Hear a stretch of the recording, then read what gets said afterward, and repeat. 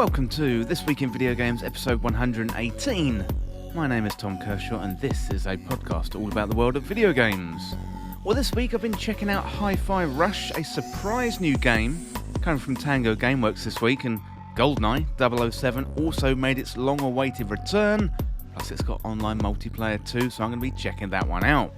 I'm also going to recap the Xbox Developer Direct, which was held earlier this week, letting us know about some major titles coming to Xbox in the first half of 2023. Well, all that and more, so it is a busy show, and let's get to it.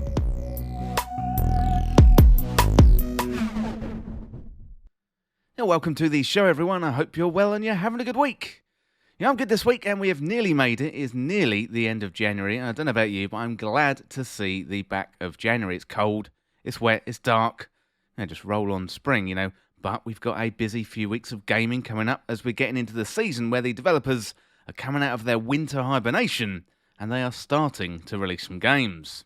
Well, this week Xbox were back with a new format showcase called the Developer Direct, where they shone the light on 4 games and included developer interviews as well as some gameplay highlights. So we got a better look at Forza Motorsport, Minecraft Legends, Redfall, Elder Scrolls Online, plus 1 or 2 surprises there as well.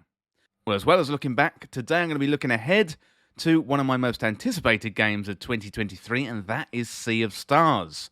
This one is a 16-bit style RPG. It's coming really, really soon from the creators of Moonlighter, and this is one of my most anticipated games of the year. As I just said, it looks very much like Final Fantasy VI or Chrono Trigger, and stay tuned to later in the show. We're going to be rounding everything we know about Sea of Stars. Well, before we get into it today, it'd be great if you could leave a review over there on Apple Podcasts. Really helps the podcast get some more eyes on it. I do have a link in the podcast description or the show notes, so if you like the show and you want to leave a review, I would really, really appreciate it. Plus, I'll read out that review on a future episode of the podcast. Well, This Week in Video Games is also powered by Patreon, and you can check out the right tier for you over there on patreon.com/This Week in Video Games. Tiers start at only $3 per month, which is less than a cup of coffee. So head on over to patreon.com/This Week in Video Games and find the right tier for you today. Well, that is it for my waffly intro, so let's get into what I've been playing this week. Well, this week has all been about surprise releases. So Hi-Fi Rush was released during the Xbox Developer Direct earlier this week, which was a great surprise, as shadow dropping titles is always fun, and especially good for this title, given it makes such a great first impression. Well, then we had a very short notice announcement that Goldeneye 007 would be releasing. That announcement was on Thursday and the game came out Friday, so I just had to play that one. I'm going to be giving my first impressions on Hi-Fi Rush as well as reviewing Goldeneye on the Nintendo Switch. Well, I've also been playing Fortnite Chapter 4 with loads of new updates and improvements, so I'll get into that as well later on. Well, first of all today, let's dive into my first impressions of Hi-Fi Rush.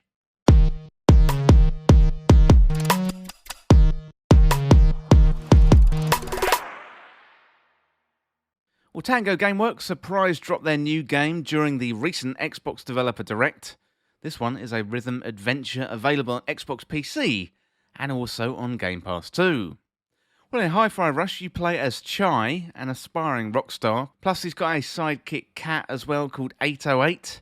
Now, this one is a different look for Tango Gameworks. His most recent releases include The Evil Within and Ghostwire Tokyo. Now, this one is definitely much more upbeat, colourful, and some might say even more fun. Well, the game immediately gives off Jet Set Radio vibes, where you lay the beat down on robots to the music with your guitar. The environment itself pulses with the music and the whole world following along to the beat, and the beat matching battle mechanics, they're not compulsory. You will be happy to hear, as rhythm games aren't really for everybody, but if you do want to get into things, then you can jump, you can swing, you can smash all along to the background beats. Now, smash in time with the music and you get additional flourishes of music and also additional points as well. As you play through the game, Chai teams up with new allies who add new moves into the mix. Now, this expands the overall combos you can inflict onto your enemies. The soundtrack is pretty great too, with tracks from 9 Inch Nails, The Black Keys, Prodigy, Wolfgang Gartner, and also the Joy Formidable. Hi-Fi Rush is a colourful action game similar in part to Devil May Cry and also Bayonetta as well, but you've got that rhythm element. The whole world around you moves to the beat, reinforcing the rhythm. However, it is not essential by any means. You could probably get through the game just by smashing the X button, but you're going to have more fun if you get into that rhythm. The game makes a really good first impression, much like it did during that Xbox Developer Direct. The art direction is one of the main catalysts for this, but get into the game and the characters really bring it to life. So Chai, the main character, he's silly but likeable. 808 is a good sidekick mascot. It's similar to cartoon animation, much like Into the Spider-Verse, where the game's animated at a lower frame rate to mimic hand-drawn, cel-shaded animation. Well, the rhythm element, as I mentioned before, isn't too obtuse. Other games that have come before this one, I could think, maybe something like Cadence of Hyrule, that really wedded you to the rhythm elements. Hi-Fi Rush doesn't go down this path, and while you are nudged in that direction, it is by no means essential. Combat is fun, using a combination of light and heavy attacks, and then having to time the button with 2 circles to fulfill a nice combo at the end. As you progress through the game, the combos, the enemies and the encounters get more difficult and complex, but the game does a really good job of bringing you along for the ride, teaching you slowly but surely through an in-depth tutorial, which to be honest takes up most of the opening hour of the game. Other characters then join the party and bring their own weapons to improve the action, including a grappling hook and other special abilities, and also a parry system as well. So Hi-Fi Rush was definitely the highlight of the Xbox Developer Direct, and the fact that it could be played immediately after the show, well, that was a real high point. Shadow dropping games always makes a showcase more exciting, and the fact that this one was a semi-surprise makes it even better. In terms of reception, so far it appears to be going very well. So far it's been awarded very positive reviews on Steam. There's 300 reviews so far with an average of very positive, and the user reviews are so good, one user even asks if Microsoft silently dropped the Game of the Year 2023, while another user described this as Guitar Hero blended with Devil May Cry. As well as the good reviews, it's also selling well via Steam.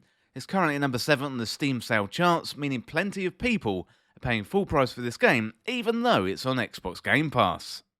Well, if you like the look and the sound of Hi-Fi Rush, well, it is available now on Xbox consoles and PC via Steam or the Microsoft Store. And as I said before, it's available on Xbox Game Pass. Well, the game was developed by Tango Gameworks. It was published by Bethesda. It's available for PC, Xbox, and Game Pass. And originally, it was released on the 25th of January, 2023. Well, that is it for the moment for Hi-Fi Rush. Really exciting game. Really good fun. So it is quite simple to get in there, but there's plenty of depth to get into as well. So really good fun. Definitely recommend you try that one out. Well, that was a big surprise earlier on in the week, but that wasn't all of the surprises earlier this week. We had another surprise. This one was released on the Xbox and also Nintendo Switch. This one is a classic from 1997. This one is Goldeneye 007.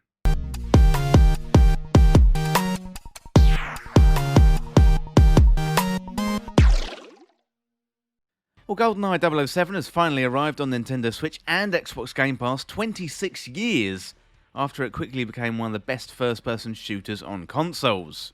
This was one of the original split-screen first-person shooters, bringing together folks on couch co-op, and laid the groundwork for other classics like Halo and Call of Duty to take that genre forward.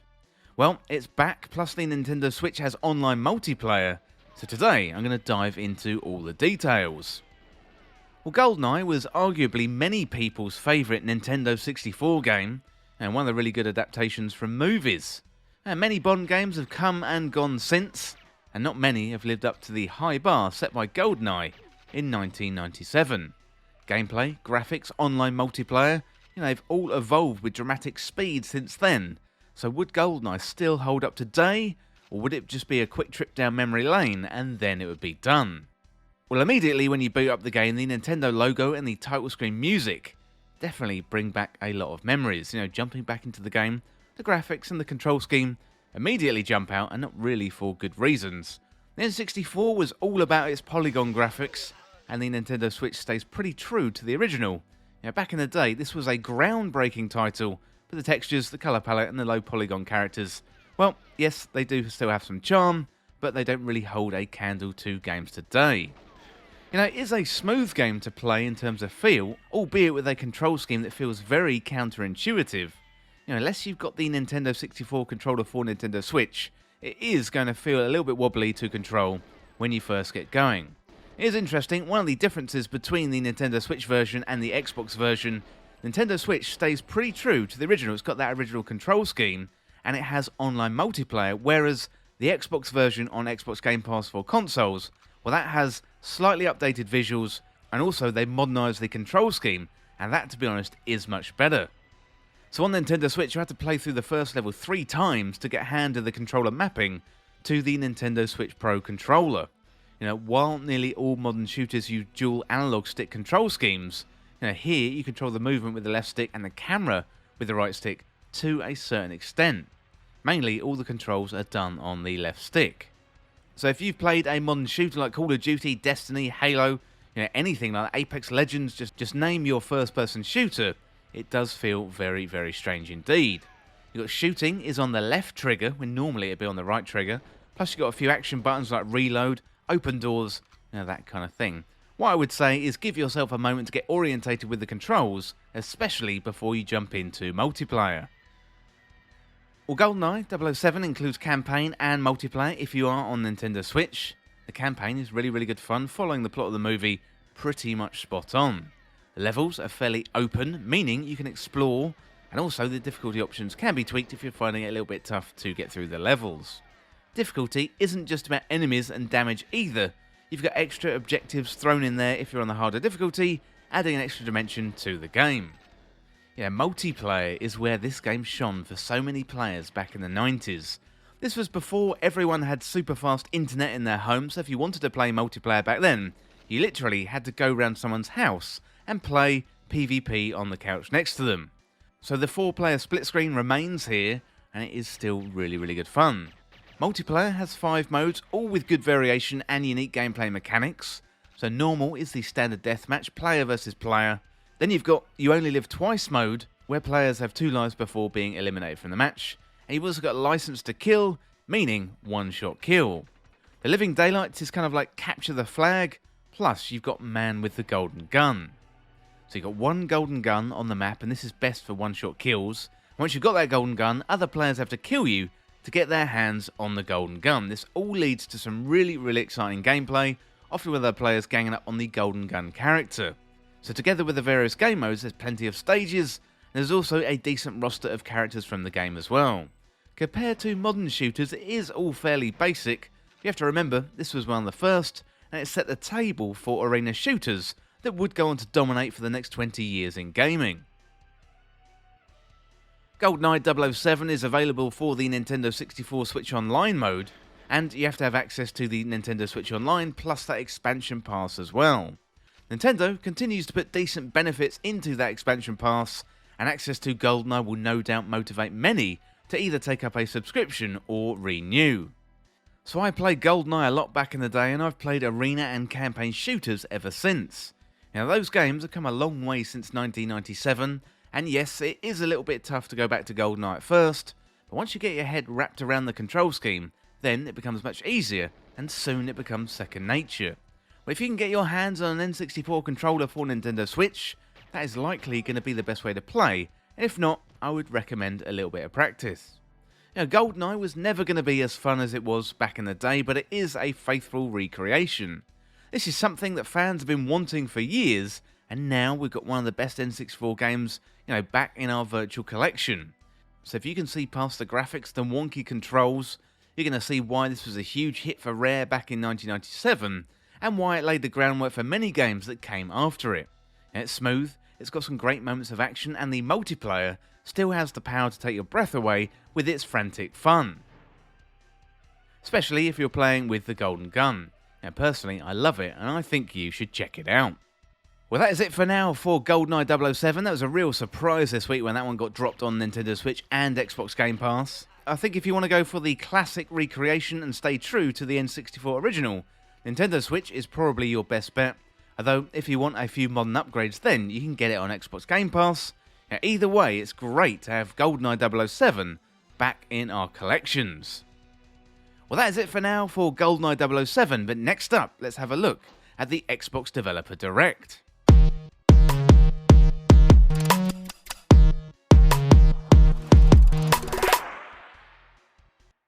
Well, Xbox kicked off 2023 in style this week, with their first Xbox Developer Direct. This one is a new format show showcasing not only gameplay, but the developers too, and ahead of time, Xbox set expectations saying they'd only be showing off a select number of games, including Minecraft Legends, Forza Motorsport Redfall, and The Elder Scrolls Online. Well, today I'm going to round up everything we saw at that first Xbox Developer Direct. Okay, without further delay, let's dive right into the action and start off with Minecraft Legends. So first showed off last year, Microsoft showed off their latest spin-off from the highly popular franchise, and that is Minecraft Legends. Advertised as an action strategy game, initially that had fans scratching their head as to what the gameplay would be like. Well, Legends is going to have a narrative co-op mode as well as PvP, and this is really similar to other RTS games like Age of Empires, albeit with that familiar Minecraft charm. In PvP it's cross-platform with up to 8 players across 2 teams, and each team's objective is to destroy their opponent's base, all while building up their own defences, and PvP arenas are procedurally generated and PvE enemy piglins, where they're also trying to knock down your base and cause a whole load of trouble as well. Well, earlier on this week, the developers spoke to Eurogamer and they said, "We targeted a 20 to 30 minute game experience, but because it is a procedurally generated world, that will change based on the bespoke world that is created, the teams that are in it, and also people's strategy as well." And that was said by the executive producer, Lee Pedersen. And also, Lee went on to say, "But that is what we're aiming for. There is a progressive experience, so the piglins are going to ramp up later on in the game, and there's more complexity the further you may go to help shape that time frame." Well, Minecraft Legends is set for release on PC, PlayStation 4 and 5, Xbox One, Xbox Series S and X on the 18th of April, 2023. Well, next up we had Turn 10 showing off Forza Motorsport. This one is a hyper-realistic racer, running at 60 FPS with 4K and ray tracing on Xbox Series X. Gameplay looks really, really good, and everything you'd expect from a realistic racing sim. Focusing on realism, including the dirt build-up on the car, great audio, dynamic time of day, and loads more as well. Cars have more realistic physical behaviour through their suspension and also the exhaust mechanics. We're going to have access to more than 500 cars to collect and race, including 100 new cars added to the game. We've also got 800 unique upgrades available for the huge array of vehicles. Real-life car paint has been captured using a spectrophotometer, allowing for developers to paint models that have realistic light responses. Damage and dirt build-up is also simulated as you race. One surprising thing about this presentation was there was no firm release date. After the show, Jeff Keighley announced it would be out before the end of June, but that video presentation said it was still coming in 2023. And that was notable and also slightly worrying as well. Well, next up we had the surprise announcement about Hi-Fi Rush. This game was leaked, just before the showcase. However, it was still a highlight of the whole presentation, with the Evil Within developers showing off their new rhythm action game. We play as an aspiring rock star with a robot arm, where you can time attacks, smashing a guitar at the same time with the music. And this one is colourful, it's got a unique style similar to Jet Set Radio, and also Sunset Overdrive as well. Now, it looks like great fun, plus it's available to play right now on Xbox Game Pass. Well, next up we got the Elder Scrolls Online Necrom. So the Elder Scrolls have got their new expansion Necrom. We've got a new class, the Arcanist, plus new adventures in Morrowind. So we're going to be introduced to a new story called Shadow over Morrowind, and we're going to be visiting a new area of the Dark Elf home, helping out the Prince Mora. Now, he was from Skyrim's Dragonborn DLC, a giant eyeball guy living in a fortress of banned books. I think the most exciting part of the new story is access to this new Arcanist class, which is the first new class since 2019. Well, earlier on this week, the developers spoke to IGN and they said, our game is super easy to pick up and put down. As a brand new player, I could play with someone who's been playing for 7 years, and we could both make meaningful progress on our characters without having to grind through 7 years of content. It's part of our DNA and it has been for a very, very long time. We see it in our player population cycles.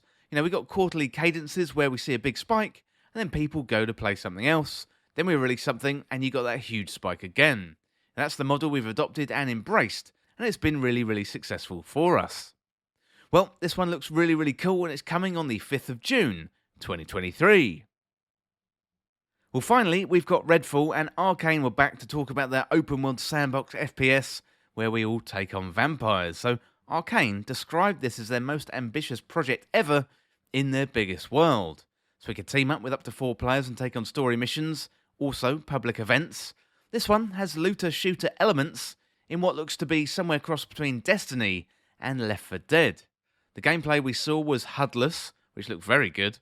Plus, we also got a quick look at some of the skill trees, which reminded me of Outriders, or perhaps God of War. It's a circular style skill tree with nodes. As you progress through the game, you can open up various buffs to help you take down the hordes of vampires. So we saw gameplay of players taking on a variety of vampires, including a shroud, which cloaks the arena in darkness.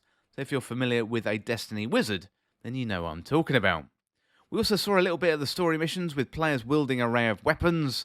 We also got a brief look at the weapons and the gunplay, which, to be honest, I'm still not really sold on those shooting mechanics that we saw.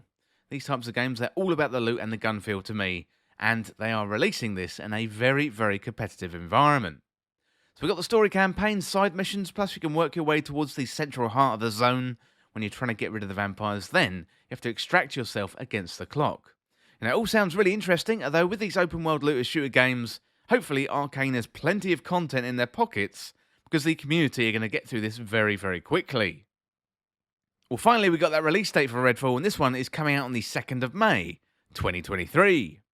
Well, that is it for now for the Xbox Developer Direct, so some really exciting announcements in there. Really, really good to see Xbox setting out their stall for 2023, although it was a little bit worrying about Forza Motorsport not giving us a firm release date. This showcase was all about the developers, it was all about the gameplay, and I think to bring this one home, really, they had to include their release dates there as well. But looking on the positive note, we did get release dates for Redfall, Minecraft Legends, and the Elder Scrolls Online, and also we got that surprise release of Hi-Fi Rush. Well, that is it for now for the Xbox Developer Direct, but next up, let's have a look at the all-platform charts.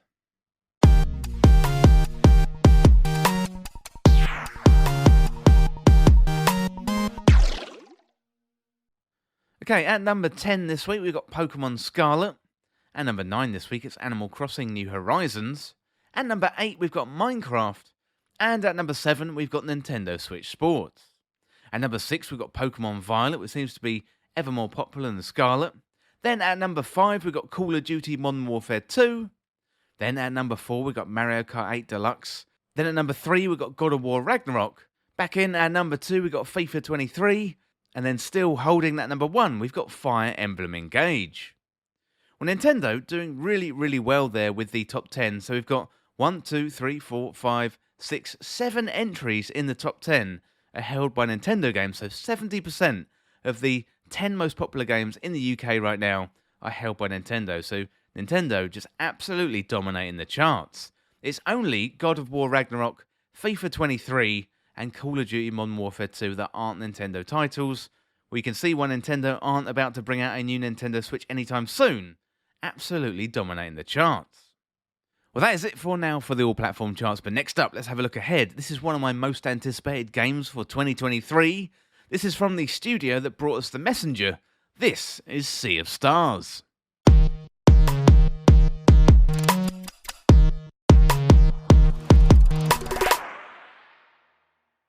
Well, Sea of Stars is an old-school 16-bit RPG from the team that brought us The Messenger. That is Sabotage Studio. This one looks like an homage to some of the best RPGs from a bygone era, like Final Fantasy VI and Chrono Trigger. It's up there, high on my list of most anticipated games for 2023, and today I'm going to round up everything that we know so far. Well, the game started out as a Kickstarter project back in 2020, and to the surprise of the team, it was completely funded in a matter of 7 hours. Sea of Stars immediately found a following, and then the hype levels turned up to 10 when Sea of Stars was featured during an indie direct from Nintendo in December 2021.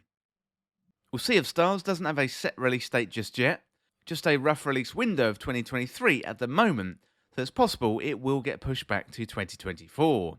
However, being optimistic, I'm hopeful that we're going to see this game later on this year. Well, to support that, in the Sea of Stars Discord, the team did update fans with a small snippet of text recently saying, keeping in mind our two main priorities, quality of life for our team and quality of the finished game, we can now confirm that Sea of Stars will be released in 2023.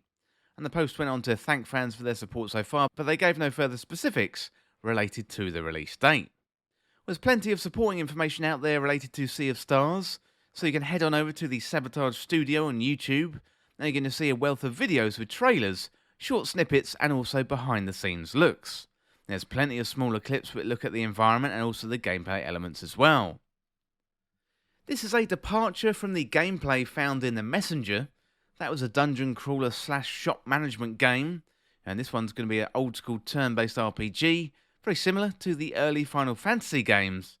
Players control 3 characters with a range of attacks, skills and combos between them to take out their enemies. Combat is a big focus for Sea of Stars, with many of the gameplay snippets from Sabotage Studios focusing on combat moves and also combinations as well. So in total, we are set to have 6 playable characters with their own unique skills and abilities. Gameplay is going to stay true to old school RPGs. It's turn-based without time limits. This allows players to take it at their own pace, plus we're not going to get random encounters either, meaning every battle is going to be deliberate. Timed hits are also going to feature with Sabotage Studios, allowing players to sync their actions to the animations in order to deal more damage. We've also got the combo system as well. That promises to be rich too, with live mana created from an attack getting incorporated back into your attacks for extra damage. There's also a lock system which allows players to weaken enemies by dealing certain elemental damage as well. Sea of Stars is set in the same world as The Messenger, albeit this one being a prequel. The graphics look gorgeous, which definitely look similar to the Super Nintendo, but they do appear to be enhanced. Well, the game also includes music from legendary Japanese composer Yasunori Mitsuda. He's got credits on Chrono Trigger, Super Smash Bros. Brawl, Kid Icarus Uprising, Xenoblade Chronicles 1, 2, and 3. So that is quite a CV. And Sabotage Studios have proved they can pull off fantastic retro games with The Messenger. And Sea of Stars is looking to turn it up a notch with great artwork, amazing music, and hopefully fantastic RPG turn-based gameplay. Well, Sea of Stars is set for release on the PlayStation 4, PlayStation 5 and Nintendo Switch and PC, and that is coming later in 2023. Well, that is it for now for Sea of Stars, but next up, I've been jumping back into Fortnite. Let's check out Fortnite Chapter 4.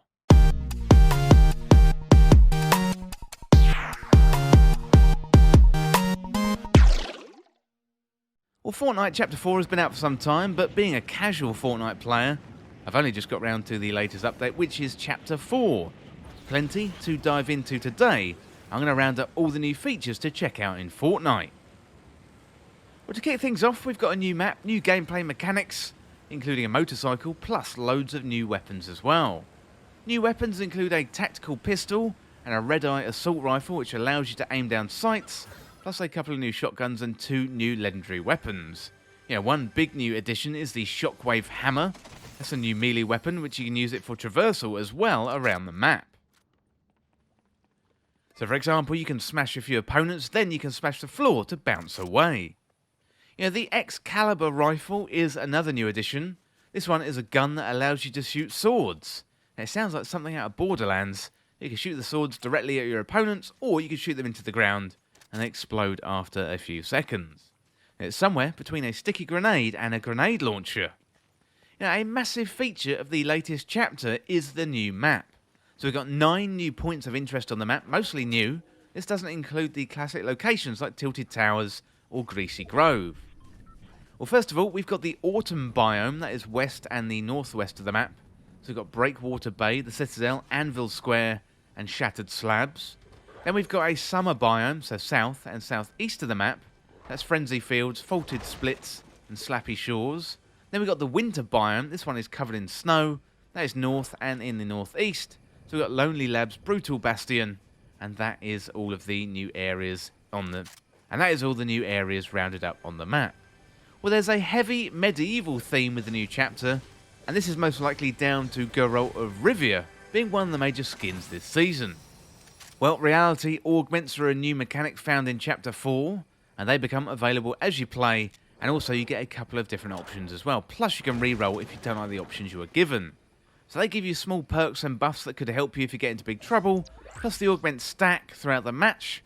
So we've got the augments like this, so Light Fingers, So it makes your weapons using light ammo reload faster. We've got Mechanical Archer, so it gives you a mechanical explosive bow and mechanical shockwave bow. We've got Aerialist, so grants your glider redeploy for the rest of the match. We've got Supercharge, so your vehicles won't consume fuel and they have increased health. We've got Soaring Sprint, so while sprinting, you're going to be able to jump much higher, and you can also jump with lower gravity as well. We've also got new challenges similar to the daily and the weekly challenges, plus we've got new Explorer quests, and they include land on the new island, visit the Citadel, Anvil Square, Shattered Slabs, search the Oathbound chests, and various challenges like that. They are really, really good. Well, the new map, weapons and gameplay mechanics, they're great, but for me, the visuals really pop, and this is because of the new Unreal Engine 5.1 upgrade. Now, Fortnite is stylised, but it is looking better than ever. So I'm playing on an Xbox Series X, but this one is a real and tangible upgrade that you literally have to see. Well, here's some of the new features of the Unreal Engine 5 that Fortnite is taking advantage of. So first of all, Nanite. This allows for very detailed geometry with millions of polygons, meaning every blade of grass and brick is modelled with a new system. For example, a single tree has 300,000 polygons. Well, next up we've got Lumen. This is the Unreal Engine 5 tool that works really well with ray-traced reflections. You can see this in the chrome on the vehicles, on weapons, and also on character skins themselves, even the water. Now, lighting looks new and improved, plus we've got more detailed interactions. Light bounces off surfaces and takes on characteristics. For example, you may get a hue from the reflecting colours. We've got temporal super resolution, that improves visuals at higher frame rates. And we've got virtual shadow maps, so everything now has its own shadow, every leaf, elements of every skin, literally everything in the game. Fortnite now looks like one of the best games out there. Now, it still looks like a living cartoon, especially with the anime skins in the game, which are an interesting mix of cel-shaded and more traditional Fortnite character designs. We've also got new destruction effects and realistic fire effects, and Epic are planning on releasing a flamethrower later in the season to demonstrate this fully. Well, that is a little sneak peek at all the latest updates in Fortnite Chapter 4. But next up, we are coming to the end of the Destiny 2 Witch Queen year. It is nearly the end of Year 5, so I want to have a look back at the Witch Queen expansion and all the following seasons, and have a look at Destiny 2 Witch Queen in review.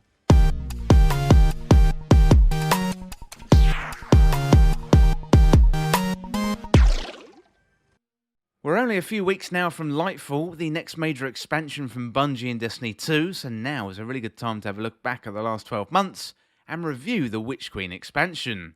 So we've got the highs, the lows, the state of PvE and PvP, plus also the seasons and the events as well. There's a whole load to get through today, so strap in, get cozy, and let's have a look back at the Witch Queen expansion in Destiny 2. Okay, without further delay, let's have a look at the Witch Queen itself. So the Witch Queen expansion launched in February 2022, after a fairly long delay and a whole load of expectation from the community.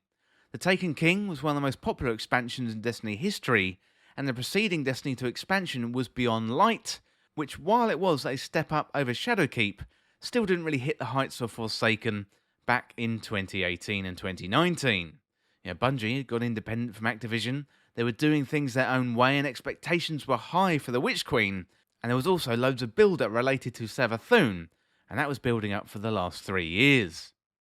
Well, the Witch Queen expansion was great. Bungie introduced legendary campaigns, which was a new implementation of difficulty in the game. And we've been so used to Legend or Master Mode Nightfalls or raids, and more champions, but this was all scaled differently, and it felt really, really good. Story was pretty good too, hitting all the major story beats, solving the mystery of how Savathûn and Selective Hive Lightbearers acquired the light. It was simply down to the Traveller chose them. We all thought it would be a case of Savathûn stealing the light, but our expectations were turned on their head in a satisfying campaign, plus also a fitting end for Savathûn. Alongside the campaign, we were introduced to our first light subclass rework in the form of Void. Over the course of the Witch Queen expansion, each subclass would get their 3.0 treatment, bringing them into line with Stasis, and Bungie started with a fan favourite. This introduced the aspect and fragment model to Void, and we're definitely in a much better place with build crafting given the options that we have now. Bungie are doing some major reworking to the mods and build crafting systems coming in Lightfall, but the first light rework did feel like a success. Well, glaives, they were also introduced into the game, the first new weapon type since bows, and you could argue they were met with a mixed reaction. Now, they are versatile weapons allowing players to stab, shoot projectiles, plus also block with shields as well. Now, they came out of the gate pretty hot, and we all got to craft our very own glaive in the opening level of the campaign, followed up with a fairly underwhelming exotic glaive post-campaign quest. So glaives did have to be drawn in later in the Witch Queen expansion in terms of power, but with Bungie preferring them to go into the game overpowered rather than underpowered. Crafting was another major addition in the Witch Queen. Destiny 2 is all about the loot chase. We've had to rely on RNG since the dawn of time in this looter shooter, but now, by collecting a certain number of red border versions of the weapons and leveling them up, we'll be able to extract the patterns and various crafting materials. So I've kind of come round to the crafting system, although Bungie did have to rein in the number of crafting materials a few seasons into the Witch Queen, given it was very convoluted. So Destiny 2 is known for its materials and complex systems, but this was a step too far, and Bungie reduced the number of materials required and buffed the drop rates of the red border weapons season over season. The Throne World was a great addition to the game. This was a swampy land infested with Lucent and light-bearing hive. The Throne World had components of Mars, combinations of Destiny 1 Mars with an exotic mission Vox Obscura, and Destiny 2 Mars with the Heist Battlegrounds. We had the swamps, plus the underground caves of the Throne World, plus also Savathun's palace itself. The Hive Lightbearers were a good addition to the game, although beyond the expansion and the first season, we didn't really see them utilised very much at all, and that was slightly disappointing. We also had two new strikes including the Light Blade and birthplace of the Vile. We saw the return of Al-Lakul, this time renamed as the Light Blade rather than the Dark Blade, a returning favourite character from Destiny 1. Now, all in all, the Witch Queen campaign and location were solid, and that leads us nicely into Season of the Risen. Well, seasons that accompany major expansions normally aren't great. Undying came with Shadowkeep, Hunt came with Beyond Light, and both didn't really hold up to regular seasons. This is understandable, given much of the effort is likely to go into the major expansions. Season of the Risen appeared to buck that trend with a decent season. So in terms of a brief summary for the story, we were working with the Cabal to study Hive Lightbearers to find out more about their plans now they've attained the light through Savathun. The main focal point of the season from a character development point of view was Crow, Lord Saladin and Keitel. Crow didn't like the fact that we were studying the Hive Lightbearers, but Saladin insisted sometimes in war you have to do what needs to be done. The season ended with Lord Saladin leaving to join the Cabal, which we would learn later he rose quickly through the ranks. We had a couple of activities in the season, including PsyOp Battlegrounds and also the Vox Obscura exotic mission. PsyOp's Battleground had a few variations and saw us fighting inside the mines of Hive Lightbearers in an effort to study them. Vox Obscura was a repeatable exotic mission set on Mars from Destiny 1, and that included a fairly forgettable Dead Messenger exotic Waveframe grenade launcher. I say forgettable, I didn't really use it that much, but I know it is popular in PvP. Vox Obscura was okay. Probably the most exciting thing come out of it was the lore and the teasers for the year to come. While it was better than other seasons that arrived with the expansions, it still didn't live up to the high standard of other seasons this year. Well, next up we got Season of the Haunted. So Season of the Haunted came with much build-up, with Destiny writers claiming on Twitter this was going to be a really good season. We saw the return of the Leviathan and Callus, plus the returning loot like Ostringer, Drang and Beloved. The story focused on the mental state of Zavala, Keitel and Crow, with Eris leading the way. We had the introduction of the Duality Dungeon, which had to be one of the best dungeons that we've got in the game, albeit with quite a lot of bugs. Nightmare Containment was our activity, and this did get fairly repetitive over time, and by the end of the season, I think Destiny fans were glad not to be doing that anymore. We also saw the introduction of our second light subclass rework, and that was Solar 3.0. Well, next up we had Season of Plunder. So this one was all about Eramis, Drifter, Spider, Mithrax and Ido.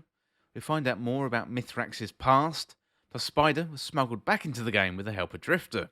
So that season we learned about the dangerous relics of darkness containing remains of a powerful being called Nezarec, who was the disciple of the Lunar Pyramid. The Elixni had been searching for these powerful relics.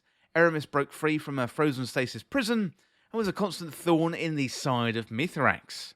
Ido and Mithrax, they've been studying the relics we collected throughout the season, Although at the end of the season it was all a little bit of an anti-climax, with the storyline related to Nezarec. Well, the final light subclass got its rework that season with Arc 3.0. I really enjoyed playing Arc that season. Titans came out very strong with the Storm Grenades, and I also really liked the Hunter's new super. Warlocks kind of felt like they got the short end of the stick again, although, to be honest, I don't really mind given I tend to play all three classes at the same time. We had a couple of seasonal activities: Catch Crash, Expeditions and Pirate Hideouts. Expeditions were probably my favourite of the three, and the Pirate Hideouts were a good way to reuse old lost sectors. Catch Crash got stale for me fairly quickly, even though Bungie were trying to recreate a menagerie style activity. So here was another place where the seasonal model was really showing its age, going to the seasonal vendor, ranking up on that grid, seasonal challenges, and repeating that seasonal activity. So overall, it was an interesting season. It all started out on such a high. We launched on Epic Game Store, and there was loads of new players, and that dropped off quicker than most seasons. Community sentiment then soured, with many turning to Twitter. They were going to publicly proclaim they were cancelling their Lightfall pre-order. And that was a behaviour that I didn't really understand, and it all seemed like a big cry for attention. So compared to other seasons in The Witch Queen, this one felt like the weakest one so far. Given it's the middle season, that is probably okay. You don't really want a season like Plunder going into a major expansion. Well, finally, we've got this season, that is Season of the Seraph. This was a much previewed storyline with Anna Bray and Rasputin coming back into the fold. Zivu Arath also takes a starring role, given she's trying to get hold of Rasputin's warsats and cause an extinction level event on Earth. We've got to restore the Warman Rasputin, given he was siphoned into an engram when the pyramid ships turned up in Season of Arrivals, and that was the season before Beyond Light. As well as the weekly narrative beats, we also got a great dungeon and exotic mission, and while the story is a little bit confusing, it is very gripping as we lead into the main story of Lightfall. Well, this season we've got one seasonal activity, and that is Heist Battlegrounds. It's been given a major upgrade in difficulty. We've got regular Heist Battlegrounds and Legend Heist Battlegrounds, which often feel like Nightfalls compared to Strikes in regards to the difficulty. Structure is pretty interesting as we start out in a battle in open space. So on somewhere like the Moon or Mars, then we open up a Seraph bunker, spelunk inside and defeat a few enemies to delve further into the bunker and face off against a combination of Hive and Fallen. So it's definitely refreshing to have a single season activity to focus on, plus that difficulty is really nice and the loot is quite good too. Well, the dungeon is called Spire of the Watcher. This one is based on Mars near the Enclave. Much of the early feedback about the dungeon was it was short, the mechanics were simple, and the bosses are bullet sponges. And while I do agree with the latter feedback about the bosses, I have come around to the mechanics, whereby we have to reconnect electrical cables throughout the play space. I also like the vertical nature of the dungeon, plus the loot is excellent. I still don't have my cowboy hat, although I do have all the other major armour. The Tex Mechanica loot is fantastic. We've got the new sidearm that can roll Desperado. We've got the long arm, the legendary version of the DMT, and we also have that machine gun as well, so that's really good loot. The dungeon is also farmable, meaning you can go in time and time again if you're looking to get that full set of cowboy gear. Well, next we've got Operation Seraph Shield, and this one is an exotic mission. There's quite a lot of puzzles, but there's some big set pieces, and I think it's certainly one of the best exotic missions Bungie have put out in a long time. Vox Obscura was another exotic mission similar to this, although this one far exceeds Vox Obscura. This one does reuse some assets from the Deepstone Crypt, but personally I don't mind this too much, as that is one of the best looking environments we have in Destiny. Plus you've got the individual moments like going out in the space station, handing yourself into the Fallen, before running through the Ketch, all guns blazing. Well then at the end of the exotic mission we've got the exotic pulse rifle Revision 0, which we can customise week over week with 4 catalysts. Then we've got zones and secrets to uncover within the mission itself. It may not hit the heights of a Whisper mission or 0 Hour, but this is by far the best exotic mission we've seen in the Beyond Light and the Witch Queen era Destiny. Okay, next up I want to ask one simple question, and where are we leading into Lightfall? So PvE is probably in the best place it's ever been in the game. We're powerful, although we have to be mindful of power creep. Bungie's experiments with new difficulty scaling for activities is very interesting, in particular with Operation Seraph Shield, and that feels like an experiment related to the legendary Witch Queen campaign. The story is great in Destiny at the moment. We've got a variety of raids, including the best raids from Destiny 1. The subclass reworks were much needed and well received, and we're in a much better place now with all subclasses up to the same standard. I still have a lot of fun in PvE content, Grandmasters keep me challenged, and I'm still chasing various loot drops from the dungeons and the raids. PvP, on the other hand, is not in a good place. Bungie did some experimentation in Control with SBMM. They had to go back on that and implement loose SBMM. This seemed to work well for new or low skill players, and made the experience much worse for the high skill players. SBMM in Control is strange, given Control is somewhere to hang out in Crucible, and it's supposed to be the casual playlist, and this made it anything but casual. Well, Iron Banner introduced new game modes called Eruption and Fortress, and that seemed to go down much better in the community compared to New Rift.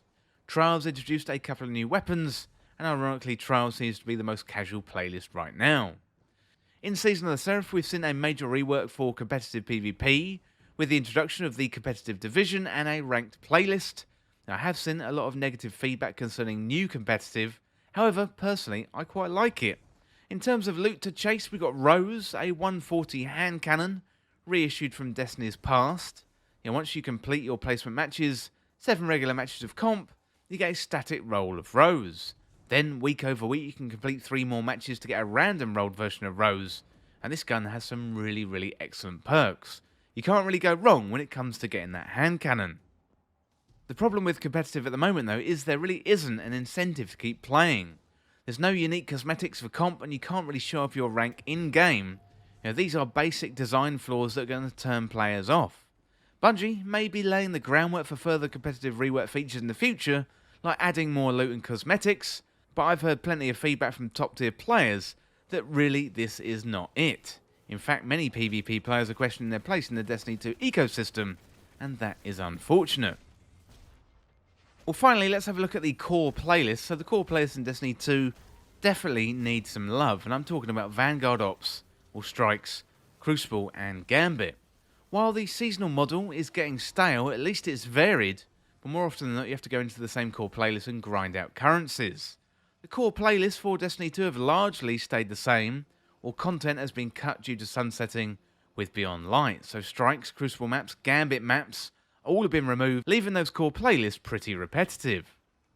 Some improvements have been made recently with streaks and weapons getting more perks as you level up your vendor. However, we need more content in these playlists. Battlegrounds were added to Vanguard Ops, which was a good move, but we need more strikes. We've got a wealth of Destiny 1 strikes to call upon, but even better than that would be new strikes on Europa, Savathun's Throne World and the Dreaming City. So when we get a new expansion, it'd be great to get more than 2 strikes, and in Beyond Light we only got 1. Strikes could also be harder, and we could also have strike modifiers, much like we had during Guardian Games, and hopefully this gets rolled out in the future. The Legendary campaign was a great success in the Witch Queen, and it'd be great to see all new strikes get a Legendary mode to go with it. Crucible, on the other hand, needs a lot of work, new maps, new modes, and that's just a starting point. Experimenting in Trials of Osiris seems fairly successful, and the transparent data from that exercise was great, and hopefully we're going to see more of that. Gambit feels like it's already been set to one side. We've got so few maps there now, so returning old maps would be a great start. But also, I'd love to see return from the ideas from Gambit Prime. Honestly, it feels like Bungie have tried to breathe new life into Gambit so many times, but perhaps it's time to cut and run with Drifter's game mode. Well, that is it for my review of Destiny 2 Witch Queen and the seasons and Year 5 as a whole. And I would love to hear what you think. Let me know on patreon.com/This Week in Video Games. Let me know on Twitter at TWIVG Podcast. And if you're watching over there on YouTube, let me know down in the comments. Well, that is it for this review of Destiny 2's Witch Queen expansion, the seasons and Year 5. Next, let's have a look what we've got coming out in the next few weeks.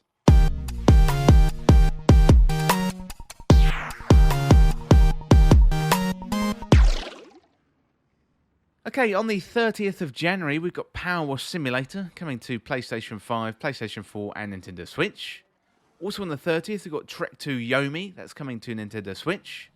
Then on the 31st of January, we've got a few games, so Age of Empires 2, Definitive Edition, Xbox Series S and X and Xbox One.